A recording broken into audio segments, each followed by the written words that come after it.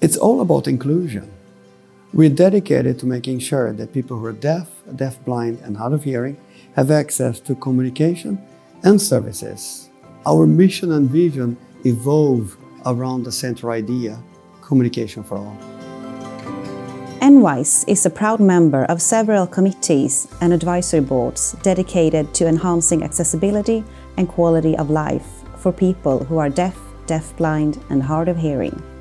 Our active participation in these organizations enables us to play a vital role in advancing access to emergency services and phone-based communication through innovative solutions including video, real-time text, and voice.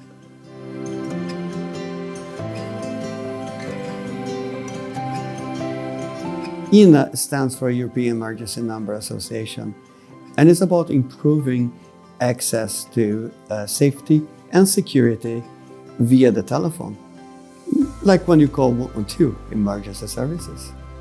At ENA, I'm co-chair of the Operations and Technology Committee.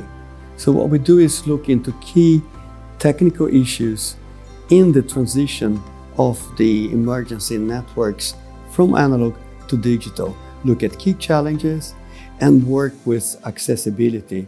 My role is to inform organizations on how to make sure that their services are accessible with new technology being introduced. So since 2002, we've been working with evolving services from analog to digital.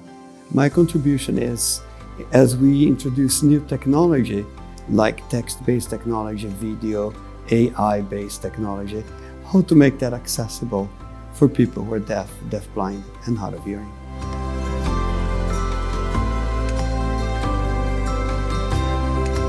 NENA stands for North American Emergency Number Association, so it's the equivalent of ENA on the other side of the Atlantic.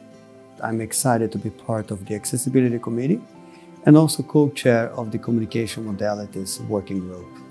So what we do in the Communication Modalities Working Group is look into new technology evolving and being introduced in the emergency services throughout the different states and discuss and make sure that it is accessible. So it's about taking into account considerations and requirements of those communities when the services or this technology is implemented. We are the only company that is dedicated to accessibility in both sides of the Atlantic. So what we try to do is step on the new technology, see how it's used in the different parts of Europe or in the US, and discuss with the other organization and inform on our experience, and then bring back the experience to both sides of the Atlantic.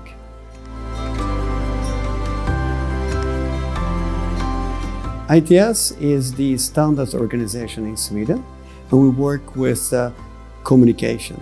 As members of ITS, we are also members of ETSI.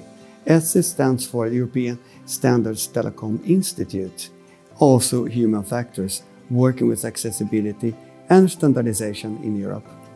The EU and Sweden have introduced new telecom legislation in 2020. So after that, we also have the European Accessibility Act, which was enacted in 2021.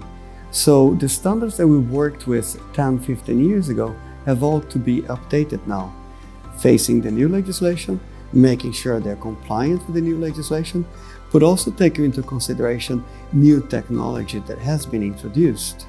So updating the standards and making sure that telecom is accessible for people who are deaf, deafblind, and hard of hearing.